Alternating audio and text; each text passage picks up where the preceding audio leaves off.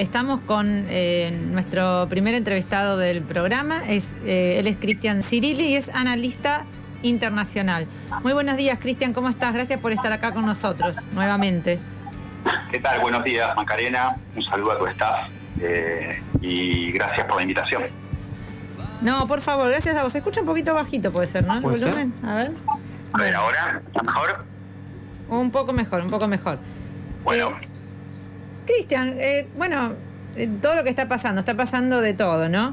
Y de alguna manera leíamos un artículo tuyo de principios de 2021 donde de alguna manera anticipabas todo esto, ¿no?, que está sucediendo. ¿Por qué ahora aparecen los medios hegemónicos como si fueran que Putin es un loco y de repente nos estalló una guerra porque se quiere ganar territorio? No, parecía que es una locura, ¿no?, cómo se está tratando, cómo se está abordando la cuestión. Pero esto se veía venir. Exacto. Winston Churchill había dicho que la primera víctima de la guerra es la verdad, ¿verdad? Claro, claro. Lo paradójico de ese dicho es que lo dijo, que era un gran mentiroso diciendo una verdad. Claro. Pero bueno, en realidad todo este conflicto entre Ucrania y Rusia no es sorpresivo, a pesar de que los medios ahora lo descubren y que de alguna manera juegan también su guerra propagandística. Por supuesto, desde un lugar parcializada. Claro, el conflicto de Ucrania tiene su origen a fines del 2013, principio del 2014. Sí. Te lo voy a sintetizar lo máximo posible. A fines del 2013, el presidente elegido democráticamente en Ucrania, Viktor Yanukovych, da una marcha atrás sobre un proceso de adhesión a la Unión Europea, claro, y decide tener mejores relaciones con Rusia, dado que desde el punto de vista prácticamente económico le convenía mucho más. No olvidemos que Rusia y Ucrania siempre tuvieron desde la época de la Unión Soviética una gran complementación industrial, cultural, social, y de diversos aspectos. Ese hecho hizo que empezaran algunas manifestaciones en Kiev, en la Plaza Maidán, que sería como nuestra Plaza de Mayo, de sectores de derecha y de ultraderecha, fogoneados básicamente por los Estados Unidos y muchas de las ONG y departamentos y fundaciones propias de Estados Unidos, como la USAID o US Agency for International Development o la National Endowment for Democracy, que son fundaciones dirigidas por el Congreso norteamericano. Tal es así que varios representantes de Estados Unidos, como Victoria Nuland, que era secretaria adjunta del Departamento de Estado en ese momento, estoy hablando del gobierno de Obama, o los senadores John McCain o Christopher Murphy, estuvieron presentes en esa plaza, arengando a la población, arengando a un golpe de Estado. Por supuesto, la más media occidental siempre habla de revoluciones de color, siempre pone ese pomposo nombre como si fuera una situación espontánea, pero en realidad era un caldo de cultivo que venía siendo financiado y organizado desde altas esferas del gobierno estadounidense, de la Unión Europea y de los sectores más recalcitrantes de Ucrania, entre ellos los oligarcas ucranianos, ¿sí?, los millonarios ucranianos, muy ligados y educados en los Estados Unidos en general. Esta situación hizo que triunfara el golpe de Estado. Yanukovych se refugiara en Rusia pidiendo asilo político.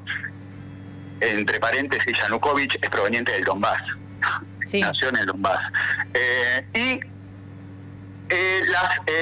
Las poblaciones étnicamente rusas o culturalmente rusas, inclusive que hablan ruso y no ucraniano, como las de Crimea y las del este ucraniano, entraron en rebelión. Porque este nuevo gobierno derechista lo primero que hizo fue un proceso de desrusificación, prohibiendo, entre otras cosas, el idioma ruso. Y también ellos lo llaman descomunización, pero en realidad es desrusificación. Claro. Y todas estas cosas que no se hablan, ¿no? Porque pareciera que es una guerra que sale de la nada, ¿no? Nunca se aborda con estas explicaciones. Es una guerra de 8 años de duración. Claro. Estoy hablando del 2014. El ejército, cuando Crimea empieza a rebelarse y las poblaciones del este, fundamentalmente 2 oblasts que se llaman Donetsk y Lugansk, que son parte del Donbass, están contra la frontera rusa en el este de Ucrania, se rebelan ante esta situación. Así empieza un conflicto armado directamente. Crimea luego entra en un referéndum apoyado por Rusia y es intervenida inclusive por tropas rusas sin insignias. Sí. Y es adherida o anexada a la Federación Rusa como una república autónoma. Pero el Donbass nunca fue reconocida por Rusia como un territorio ruso. Crimea sí, porque hay una cuestión histórica que si querés te la resumo rápidamente. Crimea del año 1776 con Catalina la Grande es un territorio ruso que fue cedida administrativamente dentro de la Unión Soviética en el año 1954 por Nikita Khrushchev.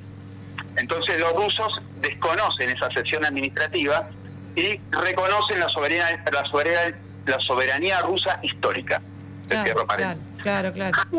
Bueno, a partir de allí hay contra el Donbass una serie de ataques que tienen inclusive el objetivo de limpieza étnica, ¿sí? Además de la prohibición del idioma, que es un tema muy controversial, porque el idioma es como un aglutinador cultural de la población. Te lo pueden decir, por ejemplo, en Israel, que la primer medida que toma el Estado de Israel es la implantación del idioma hebreo obligatorio. Todos tienen que hablar hebreo y se empiezan a enseñar hebreo. ¿Por qué? Porque es un aglutinador patriótico y de población, es un identificador social de una población. La prohibición de un idioma es un tema muy controversial, aunque parezca algo nimio y menor, pero no lo es. Bueno, esta guerra hace 8 años que se desencadenó contra el Donbass. En el Donbass se crearon milicias populares, apoyadas por Rusia, por supuesto, y que están en un estado de guerra contra el ejército ucraniano y las milicias neonazis. Desde el 2014 en adelante. Sí. Rusia intentó hacer un proceso de pacificación, que son los famosos protocolos de Minsk 1 y Minsk 2, porque hubo 2 rondas de negociaciones, donde los ucranianos, los rusos, franceses y alemanes, como garantes de la firma, firmaron un alto al fuego. Había 4 puntos fundamentales: un alto al fuego, el retiro de mercenarios y artillería pesada de lo que se llama la línea de contacto, o sea, es una frontera formal entre el Donbass y Ucrania, ¿sí? Un proceso de el principal era una futura federalización de Ucrania, descentralización de Kiev y lo cual debería estar implementado en una nueva constitución, ¿sí? Esto era muy fundamental porque ¿qué significaba? Que tanto los oblasts de Lugansk y Donetsk iban a tener carácter de república autónoma asociada a la Federación Ucraniana. Algo así como ocurre en la Federación Rusa, que hay distintas repúblicas autónomas que están asociadas a la Federación, pero que mantienen su autogobierno y sus particularidades culturales. Esto era lo que pretendía Rusia, no que se extinga de Ucrania, sino darle un carácter de república asociada a una futura federación. ¿Se entiende lo que quiero decir? Sí. Bueno, este protocolo firmado por Ucrania en el 2014 y en el 2015, la segunda ronda de negociaciones, nunca se cumplió, jamás se cumplió por parte ucraniana, que siguió mandando tropas y provocando prácticamente un pequeño genocidio. Digo pequeño porque, digamos, la cifra puede espantar. Hubo casi 14.000 muertos en el Donbass, rusos, comparado a otros grandes genocidios parece poco, pero estamos hablando de un sector muy pequeño en el este de Ucrania y donde se realizó una limpieza étnica. Rusia intentó por todos los medios frenar esta situación. Una de esas fue, por ejemplo, meter a la OSCE, que es la Organización de Seguridad y Coordinación en Europa, como veedor de los crímenes que estaban haciendo Ucrania. De hecho, hay informes de la OSCE que hoy no salen en ningún lado, donde informa de los 13.000 a 14.000 muertos provocados por las fuerzas ucranianas. Sí, ahora como que al revés, quieren hacer una especie de romantización ¿no? ¿Cómo se lo presentan los medios? La romantización del sector ucraniano y el monstruo es Putin y Rusia. Bueno, ahora lo que se está presentando, ahora es al revés, se está juzgando o se pretende juzgar los supuestos crímenes contra la humanidad de los rusos en Ucrania. Claro. ¿Sí? O sea, pero nadie habla de estos 8 años de continuos ataques y de alta paciencia que tuvieron los rusos. Ahora, ¿qué pasó en el medio? Porque esto es algo que ya venía sucediendo. ¿Qué pasó en el medio? Pasó en el medio que Ucrania estaba a punto de ser adherida a la Organización del Tratado del Atlántico Norte, OTAN. ¿Sí? Este es un tema que afectaba la seguridad directamente de Rusia. ¿Por qué? Porque Rusia tiene un conflicto abierto en el Donbass, indirectamente en el Donbass, con Ucrania, y también tiene anexada a la península de Crimea, algo que no reconoce Ucrania y que doctrinalmente pretende recobrar por la fuerza. Entonces Rusia dice, si Ucrania se adhiere a la OTAN, yo voy a tener un conflicto abierto con la OTAN. Prácticamente lo que está diciendo Rusia es, me están forzando a mí a algo que no está doctrinalmente en la estrategia militar, que es la guerra preventiva. Claro. Me están forzando una guerra preventiva para evitar ingresar en una guerra futura contra toda la OTAN, lo cual sería una guerra nuclear, por supuesto, no habría duda de eso. Ay, y sería regional. Acá mi compañero Gabriel te quiere hacer una pregunta, Cristian. ¿Cómo estás, Cristian? Bueno, adelante. Buen día. Buenos días. Tengo para hacerte algunas preguntas, vamos a ver cómo la podemos enlazar para que vos nos pongas al día, claro. Respecto al conflicto actual, digamos, tengo como una doble pregunta. Por un lado, la situación de Gazprom, digamos, la situación de la empresa rusa de gas, porque de alguna manera apremia el invierno, y eso pone también en tela de juicio a Inglaterra, que ha tenido desabastecimiento, ¿no es cierto?, a partir de la situación de ellos del Brexit. ¿Quiénes son? Esta es la segunda pregunta, además la primera sería sobre Gazprom.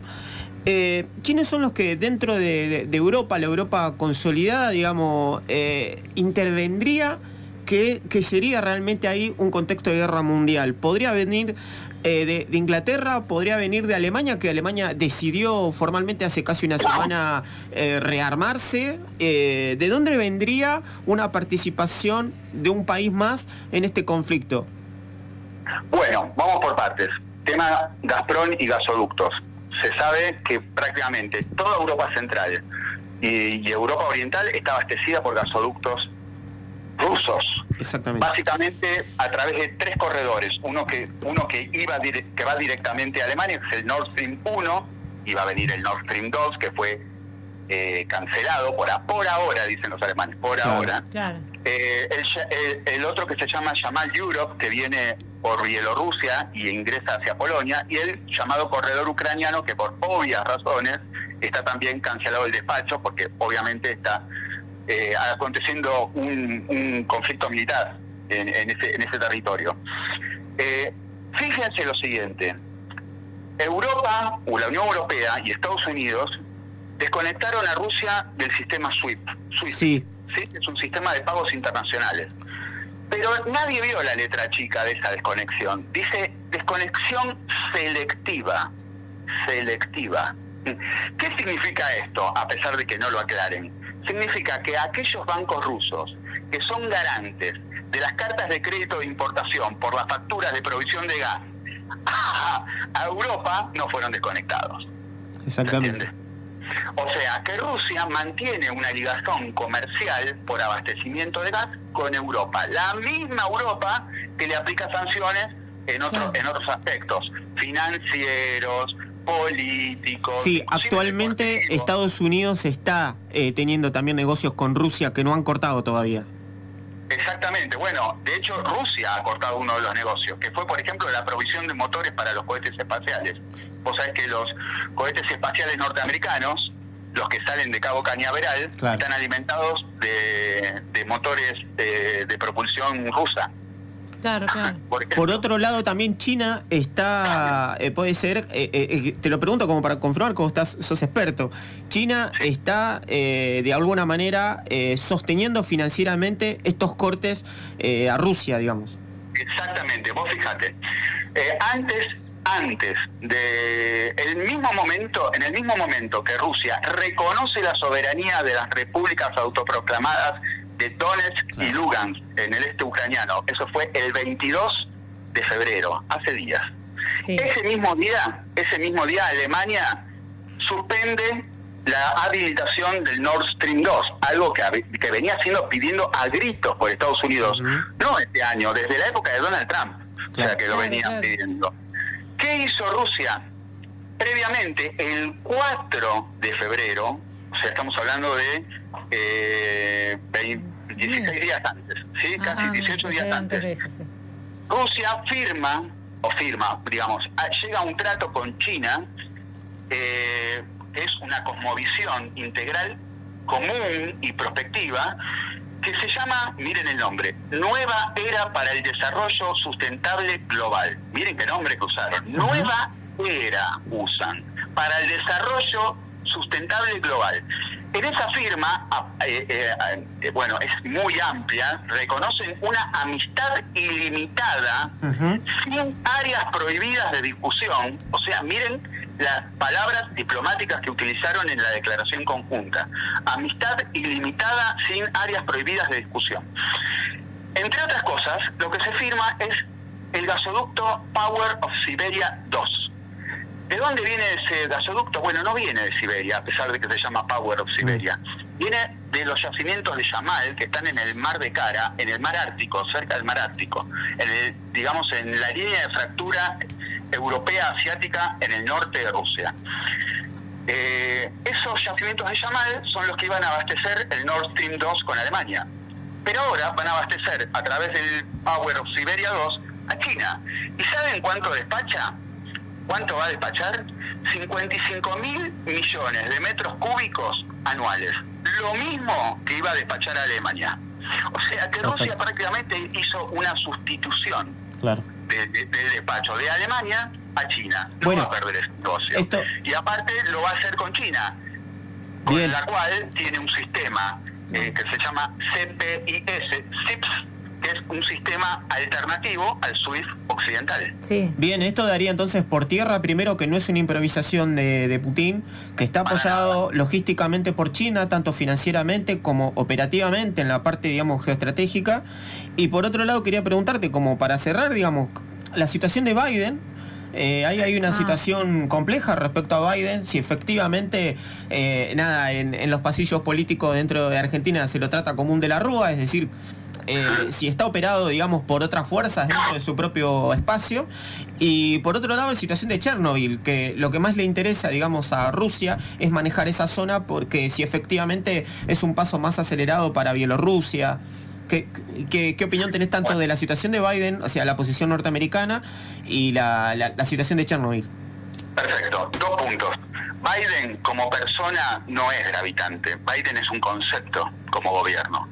En realidad, Estados Unidos nunca es gobernado por un presidente. Estados Unidos es gobernado por un conglomerado de grupos de poder, entre los cuales está el complejo militar industrial, que juega muy fuerte, está la Fed, o sea, el Banco Central de Estados Unidos, que a la vez está está dirigido por 6 bancos privados. Si querés te los nombro, son Merrill Lynch, JP Morgan Chase, Bank of America, Wells Fargo, Citigroup y Goldman Sachs. Exactamente. No son los poderes económicos concentrados que tanto habla. Y después también otro que juega fuerte, de la deuda nuestra, ¿no? Sí. Otro grupo de poder que juega fuerte es el conglomerado petrolero o energético. Esos son los que dirigen el gobierno de los Estados Unidos. Por eso Estados Unidos es una democracia bipartidista, que si empezás a raspar no tiene ninguna diferencia entre uno y otro, más que diferencia de forma, no tiene diferencia de fondo los demócratas y los republicanos. De hecho, recién te nombré que en el Euromaidán estaban John McCain, senador, y Christopher Murphy, senador. Uno era republicano y otro era demócrata. Así que no hay mucha diferencia entre uno y otro. No hay mucha diferencia, ¿no? Representan los mismos intereses. Protegen los mismos intereses, claro, que son los intereses imperiales de Estados Unidos. Podría ser una autocracia de mercado. Claro, y no lo digo en forma despectiva, imperial, lo digo en forma descriptiva, porque ellos mismos en sus think tanks y en sus papers se denominan como imperio, sí, como políticas imperiales. Así que esto no es un insulto, sino es una descripción. Eso en cuanto a Biden. No importa si esté Biden, si esté Victoria Nuland de presidenta, o Kamala Harris, o... Bien, o sea, Biden no está tomando decisiones... No está tomando decisiones presidencialistas, digamos. No. De hecho, Biden dio bastantes muestras de senilidad en varias declaraciones de estar como perdido, por eso lo ridiculizan. Pero la verdad es que yo no me centraría en su figura, sino en lo que está por detrás, que es lo que verdaderamente gobierna. De hecho, se lo llama Deep State, o Estado Profundo norteamericano. Claro, lo que verdaderamente gobiernan en Estados Unidos. Eso era la primera pregunta. La segunda de las centrales nucleares. Bueno, Chernobyl. El primer día de operaciones de esta llamada Operación Militar Especial, así la llama Putin, Operación Militar Especial. ¿Por qué la llama así? Porque, esto es un paréntesis, porque la doctrina militar rusa es defensiva y no tiene a la guerra preventiva como parte de su doctrina militar. Claro. Entonces la llama, usa este nombre, especial, porque no es algo que esté planteado como algo asumido en su estrategia, como sí la tiene Estados Unidos en el 2002 o Israel desde 1967. ¿Sí? La guerra de los 6 días fue una guerra preventiva. Bueno, cierro paréntesis, vamos al punto. El primer día de operaciones de la Operación Militar Especial, lo que hacen las fuerzas rusas es un ataque desde el sur, desde Crimea, para tomar básicamente 2 ciudades que son Jersón y Mariupol, que son 2 ciudades del sur muy nazificadas. Luego, desde el este, lo que intentan cubrir es el Donbass, ¿sí? O sea, las repúblicas de Donetsk y Lugansk, que habían sido reconocidas 2 días antes como independientes, y desde el norte, desde Bielorrusia, hacen una operación aerotransportada. ¿Qué usan ¿A dónde se dirige esa operación aerotransportada? Al aeropuerto Gostomel, que está a 35 kilómetros de Kiev. Este aeropuerto es fundamental, es el aeropuerto de los aviones Antonov, de los gigantes aviones Antonov. Este aeropuerto es fundamental porque la idea era evitar que se fugara el gobierno ucraniano, que se fugara de Kiev el gobierno ucraniano vía aérea, o que lleguen refuerzos de la OTAN, ¿sí?, a Kiev. Eso era fundamental. Y el segundo objetivo de las tropas aerotransportadas es Chernobyl. Claro. Chernobyl, que como todos saben, en el año 1986 explosionó en un accidente, ¿no? Como dijo una chica de TN que dijo que era un ataque ruso lo de Chernobyl, la autoatacaron. Una burrada total. habla cualquiera. Una burrada total, pero bueno. ¿Por qué toman Chernobyl los rusos? ¿Por qué eso es un objetivo militar? Para tomar, no para bombardear, para tomar, que es diferente. ¿Por qué lo toman? Porque sospechaban, a través de la declaración de Volodymyr Zelensky en la cumbre de Múnich el 19 de febrero, que dijo que Ucrania iba a renunciar al Tratado de Budapest, firmado en 1994, que la desnuclearizaba, y que iba a fabricar sus propias armas atómicas. Para fabricar armas atómicas, Ucrania tiene la capacidad, pero no la podía hacer en el cortísimo plazo. Por lo menos 2 años, 3 años para fabricar armas atómicas. Claro, pero sí podía armar alguna bomba sucia radioactiva. Se le dice así, bomba sucia radioactiva. Es agarrar material radioactivo, que justamente abunda en Chernobyl, debajo de la gran bóveda, Estamos hablando que en Chernobyl, como para las personas que de pronto no tienen tanto, digamos, el bagaje que tenés vos y que nosotros que estamos un poquito informados, digo, en el aire de Chernobyl hay radioactividad permanente y hay zonas, digamos, rojas muy concentrado y otras zonas un poquito más amarillas donde está menos concentrado, pero toda la zona de Chernobyl, a partir de ese entre comillas incidente o bien accidente, lo que fue en aquella época de los años 80, Chernobyl sigue siendo una zona totalmente radioactiva. Así es zona no habitable. Claro. Es zona no habitable. De hecho, ha florecido demasiado la vegetación y los animales que tienen radioactividad. Sí. Pero bueno, es una zona no habitable.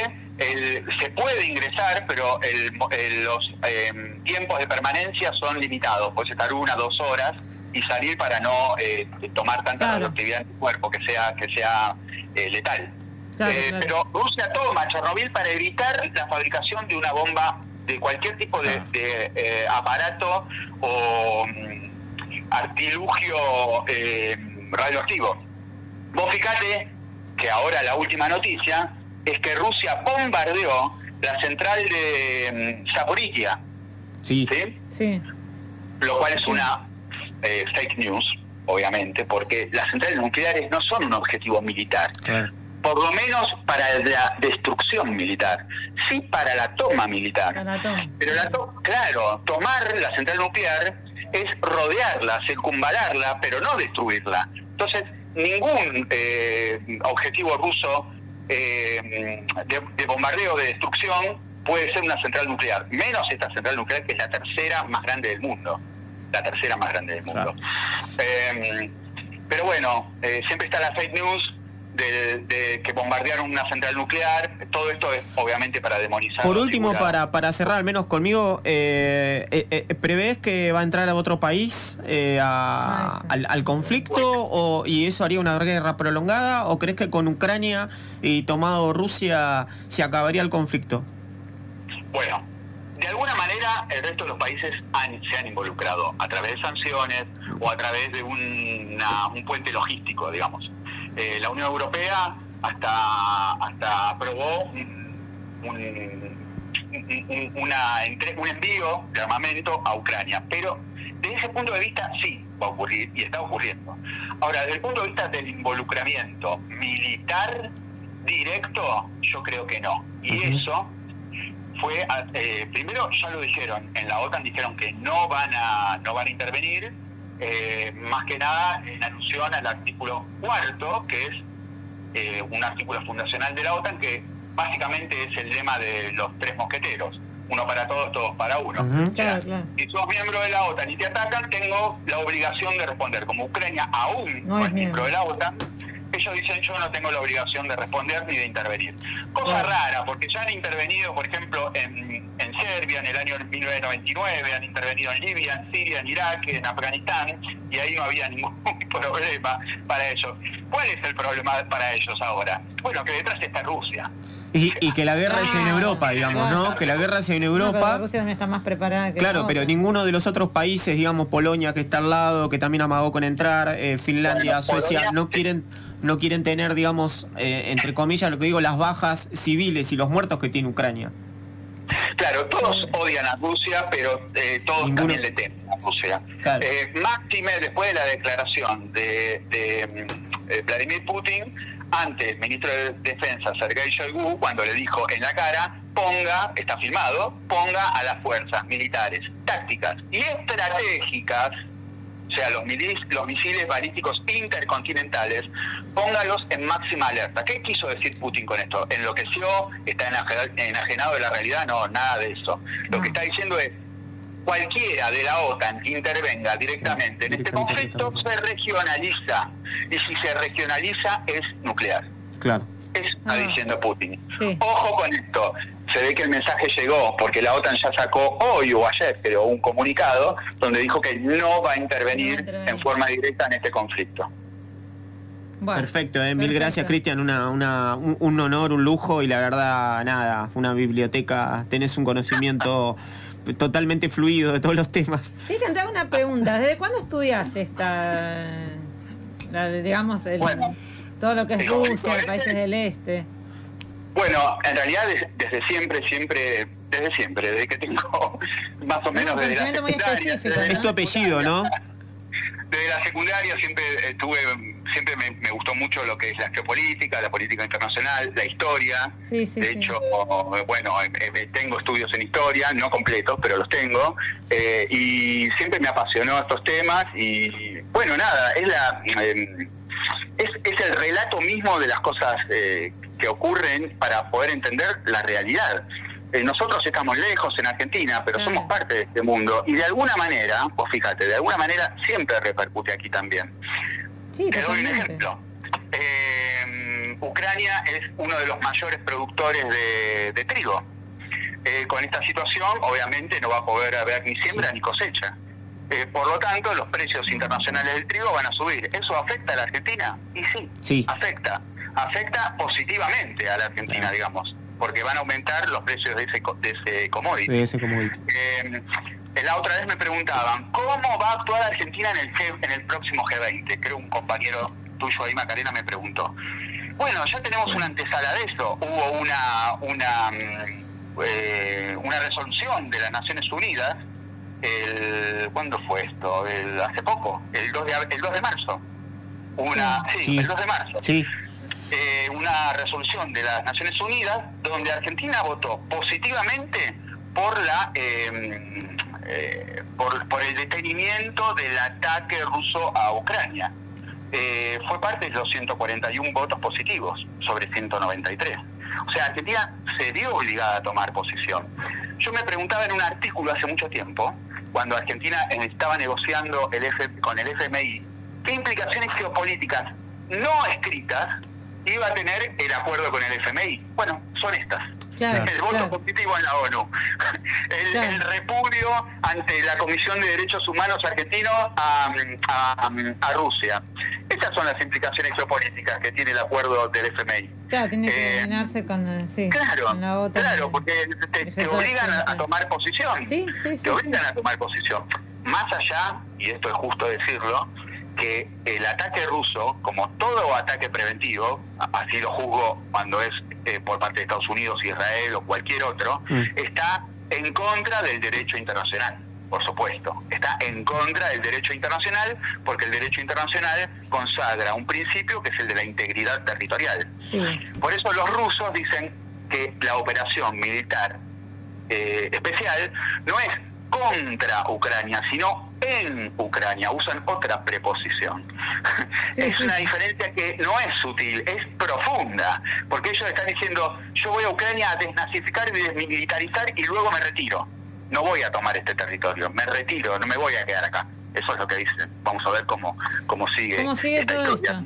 ¿Cómo sigue todo esto? Cristian, la verdad que te agradecemos muchísimo y nos sirve un montón a nosotros, a la audiencia, para comprender todo lo que está ocurriendo. Y bueno, si estás de acuerdo, te vamos a seguir convocando. Por supuesto, por supuesto. Muchísimas gracias. Estoy de acuerdo y estoy a su disposición. Cristian, muchísimas gracias. Gracias a ustedes. Que tengas un buen fin de semana. Igualmente para ustedes y para todos. Hasta pronto. Chao, hasta pronto. Bueno, estábamos conversando con Cristian Cirilli, que es analista internacional y justamente, especialista en lo que es Rusia,